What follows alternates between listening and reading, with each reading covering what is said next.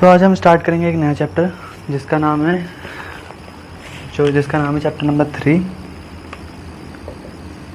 3 linear equation in two variable ठीक है। ठीक, सबसे पहले हम बात करते हैं वेरिएबल क्या होता है। वेरिएबल की बात करें सवाल पहला ये आता है कि व्हाट इज वेरिएबल। वेरिएबल होता क्या है? तो variable are the known numbers whose value is not fixed। ठीक है, ऐसे कोई वैल्यूज जिसके बारे में हमको नहीं पता, या ऐसा कोई नंबर जिसकी वैल्यू हमको नहीं पता। For example x, y, a, b, c, d, कोई एनी अल्फ़ाबेट्स जिसकी वैल्यू हमको अभी पता नहीं, हमको पहले सॉल्व करना पड़ेगा, फिर इसको निकालना पड़ेगा। अब बात करते हैं वन वेरिएबल क्या होते हैं। वन वेरिएबल क्या होंगे? तो वन वेरिएबल वो होते हैं जब एक इक्वेशन में if only one alphabet is mentioned in equation। जैसे for example x + 9 something type है, क्यों इस इक्वेशन के अंदर = 5। इस इक्वेशन के अंदर क्या है? सिर्फ एक ही वेरिएबल पता, इसकी वैल्यू पता है, इसकी वैल्यू पता है, सिर्फ इसी की x की वैल्यू नहीं पता, इसलिए वन वेरिएबल के अंदर आएगा। अगर हम बात करेंगे टू वेरिएबल की, तो टू वेरिएबल क्या होते हैं? इफ़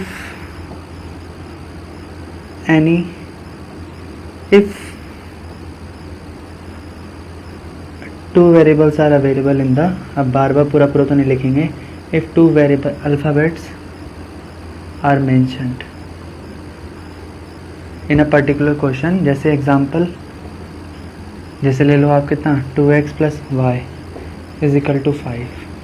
तो यहाँ पर x भी मेंशन है और y भी मेंशन है एक इक्वेशन के अंदर, इसलिए ये टू वेरिएबल है। ठीक है, x + y = 9। ऐसे इक्वेशन के अंदर दोनों चीज़ें वेरिएबल एक साथ होंगे, उसको हम बोलेंगे टू वेरिएबल। तो ये जो चैप्टर हमारा ये टू वेरिएबल पे स्टेट है। इसका मतलब क्या समझ में आया? इसी एक ही इक्वेशन के अंदर, एक ही क्वेश्चन के अंदर x भी डालना होगा हमको और एक को y भी डालना होगा। तो हम इसके आगे इस पे काम करेंगे कि इक्वेशन कैसे बनाते हैं। बस हमें पता होना चाहिए कि वेरिएबल क्या होते हैं, वन वेरिएबल और टू वेरिएबल में क्या डिफरेंस होता है। ठीक है, तो ठीक है, अगर हम स्टार्ट करते हैं चैप्टर।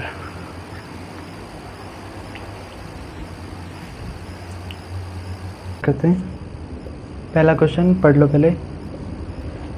इसमें दो लोग हैं, एक आफ्ताब और एक उसकी डॉटर है। आफ्ताब tells his daughter, वो उससे अपनी डॉटर से कहता है 7 years ago I was 7 times as old as you were then। 7 years ago। देखो इस कहानी में दो लोग हैं, एक तो है Aftab, so let Aftab age and daughter age दोनों ही नहीं पता, इसलिए हम पहले x ले लेंगे और एक को y ले लेंगे। ठीक है, अब कहानी आती है 7 years ago Aftab's age was, कितनी हो जाएगी? 7 साल माइनस कर दो, कितने years? Next daughter age was, तो y थी तो y - 7 कर दो। ठीक है, सवाल ये आता है कि कहता है कि आई विल बी आफ्ताब। कहानी का मतलब है कि जो आफ्ताब है, Aftab was 7 times old than his daughter।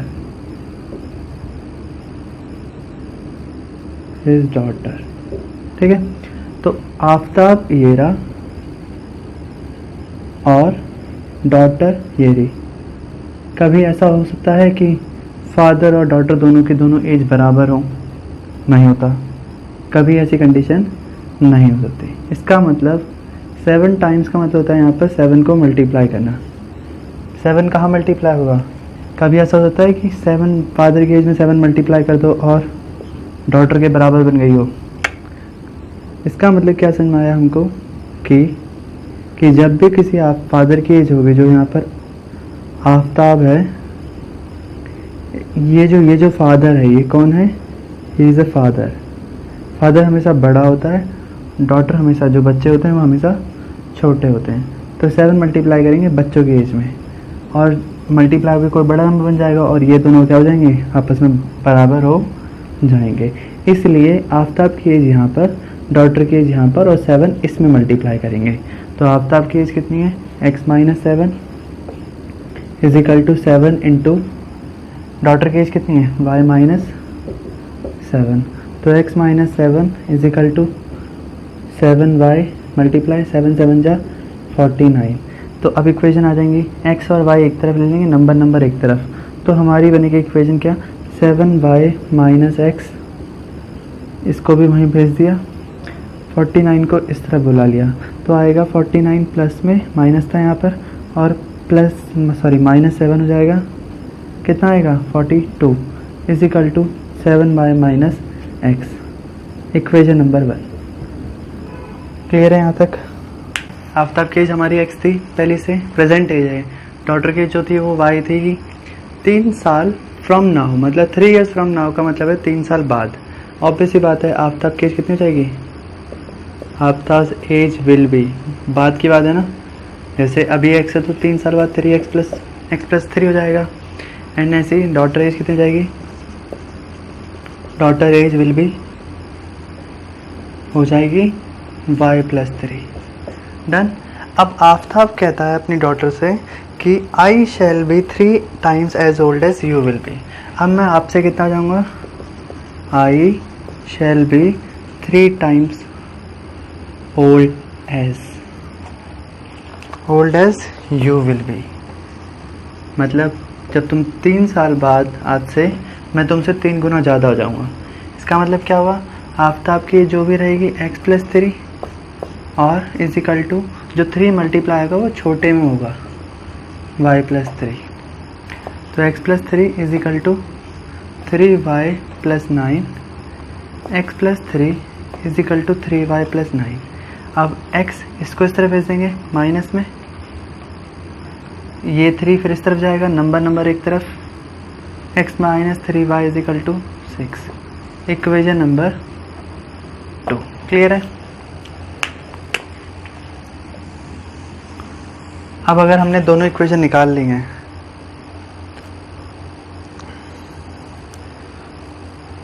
तो इनको, इक्वेशन नंबर 2 हमारी ये रही, फर्स्ट इक्वेशन हमारी ये थी, सेकंड इक्वेशन हमारी ये थी। हमें क्या करना पड़ेगा? सबसे पहले एक टेबल बनानी पड़ेगी। टेबल कैसे बनाते हैं?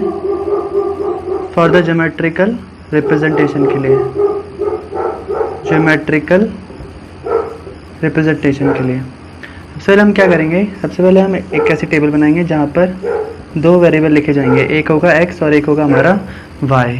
ठीक है? हमें क्या करना है? सबसे पहले हमें कोई सी भी एक इक्वेशन, जैसे पहले ये है इस इक्वेशन के लिए, इस इक्वेशन के लिए 2 वैल्यू, फिर इस इक्वेशन के लिए 2 वैल्यू निकालते कैसे हैं? रफ में बता रहा हूँ, साफ साफ ध्यान से सुनना है। ये y है यहाँ पर और ये भी यहाँ पर y है। सबसे पहले किसी की वैल्यू 0 ले लो, जैसे मैंने x की वैल्यू क्या ले ली? 0, जिससे ये क्या हो जाएगा? यहाँ पर 0 हो जाएगा, is equal to 42, 7y is equal to 42, y is equal to 42/7, जिससे कट के आंसर आएगा आपका 6। इसका मतलब यहाँ पर कितना आएगा? 6। ठीक है? मैं रब कर रहा हूँ, बात ध्यान से करते रहना तुम भी। नेक्स्ट वापस अगेन यही इक्वेशन है।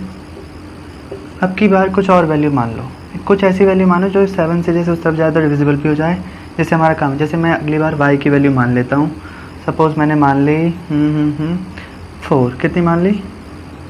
4, 7 2 जा यहाँ 4 लिखना पड़ेगा, 7 4 जा इंटू ये 42, वैसे कुछ भी ले सकते हो, 7 4 जा 28 minus x equal to 42 and 28 minus x is equal to 42, ठीक है। And minus x is equal to ये जो यहाँ प्लस में है ये इसकी प्लस वैल्यू है, उस तरफ जाएगा तो माइनस में, प्लस माइनस माइनस, 12 में से 8 गया 4, 3 में से बन गया 2 गया 1, तो ये आ जाएगा आपका किस में, प्लस में, ठीक है। x इज इक्वल टू -14 आ गया, तो मैं यहाँ पर -14 लिख दूंगा। आ गई ये वाली टेबल हमारी।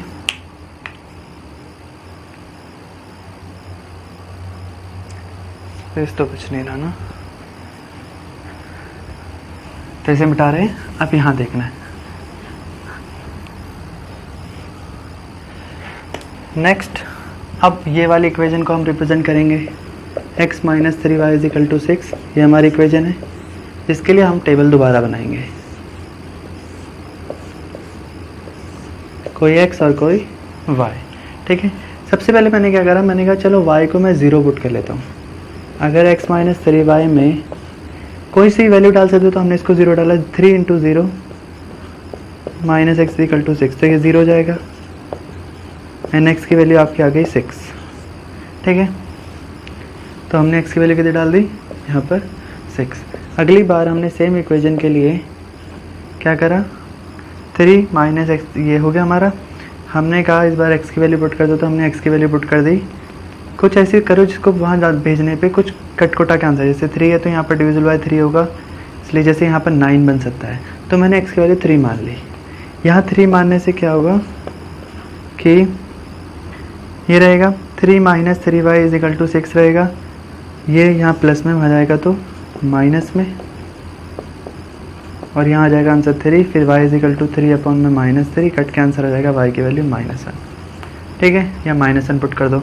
अगर ये समझ में नहीं आ रहा तो दोबारा देख लो क्या करना है, x minus 3y is equal to 6, y की वैल्यू कुछ दोबारा मान लो यहाँ पर, जैसे इस बार 1 मान लो, 3 into 1 is equal to 6, x minus equal to 3 बन जा 3 is equal to 6, x is equal to ये माइनस में आ जाएगा तो प्लस, तो x की वैल्यू कितनी आ गई 9, ये ले लो, ठीक है। Table complete.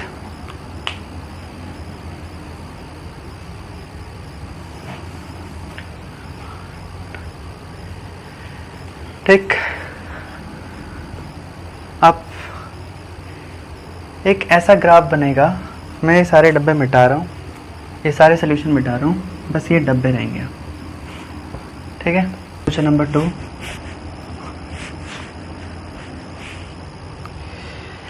क्या कहता है, the coach of a cricket team by the 3 bats and 6 ball for the 3900, तो वही सेम कहानी, द कॉस्ट ऑफ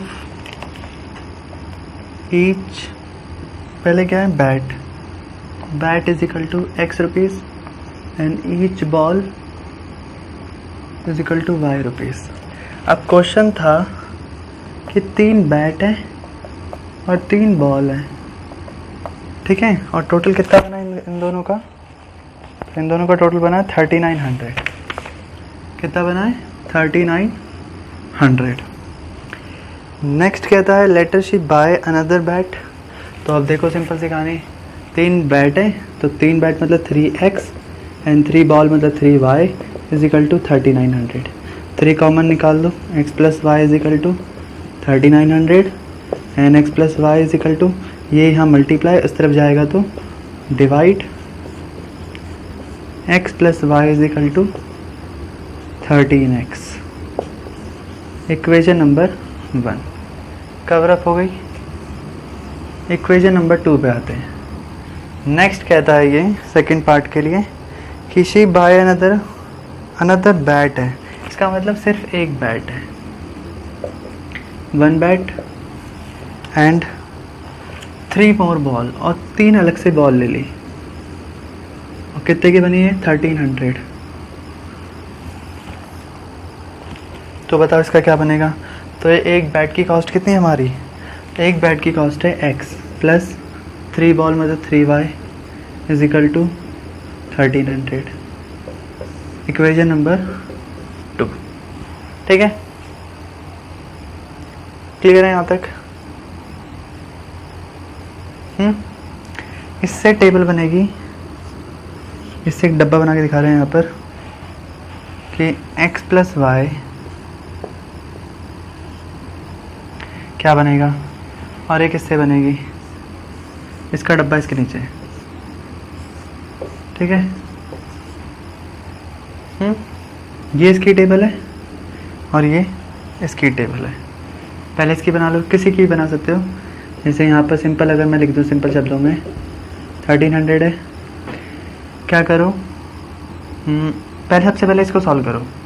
तो मैंने कहा कुछ ऐसा बड़ा नंबर लो, क्योंकि 1300 काफ़ी बड़ा है, तो मैंने लिया 3 × 200, मतलब y की वैल्यू मैंने ले ली 200। तो 200 करने में आ जाएगा 600 plus x is equal to 1300। हो गया। 600 जब वहाँ माइनस होगा तो यहाँ बचेगा क्या, 700। तो यहाँ आएगा कितना, 700। मिटा रहा हूँ इसे। नेक्स्ट वापस सेम इक्वेशन, अब की बार ले लो इसी को, लो 3y को ही ले लो, 300 x plus 900 1300 x is equal to 1300 minus plus उस तक जाएगा माइनस, कितना जाएगा 400। नेक्स्ट यहाँ लिख दो, x है 400 और जब y कितना था 300, ठीक है। समझ में आ गया? बस तुम्हें मिटाना नहीं है, पर हम तो मिटा सकते हैं ना। समझ में आ गया? सिमिलरली अब इस टेबल को भी सॉल्व कर लेंगे। इस टेबल को कैसे सॉल्व करेंगे, तो मैं इसी के नीचे सॉल्व कर देता हूँ इसको। इसकी टेबल की सोल्यूशन यहाँ पर है। हाँ, x plus Y is equal to 1300 होता है। तो किसी को भी कुछ भी ले लो, जैसे x को ले लो 300, ठीक है, 300 ले लेना, फिर इसको भी 400 ले लेना। अब एक एक करके, जब x 300 है तो यहाँ पर 300 plus y is equal to 1300, y 1300, ये यहाँ प्लस में आ जाएगा तो माइनस में, y इज इक्वल टू 1300 में से 300 का कितना जाएगा, 13 में से 3 गया 1000, तो ये आ गया y हमारा यहाँ पर कितना 1000। मिटा रहा हूँ मैं दोबारा इसको। जब x हमारा वापस यही है 400 1300, y is equal to 1300 minus 400 आ जाएगा आपका कितना 900। सो हम यहाँ पर ले लेंगे कितना 900। सिंपल, ठीक है। ये टेबल भी कंप्लीट हो गई। अब इन दोनों से बना देंगे ग्राफ।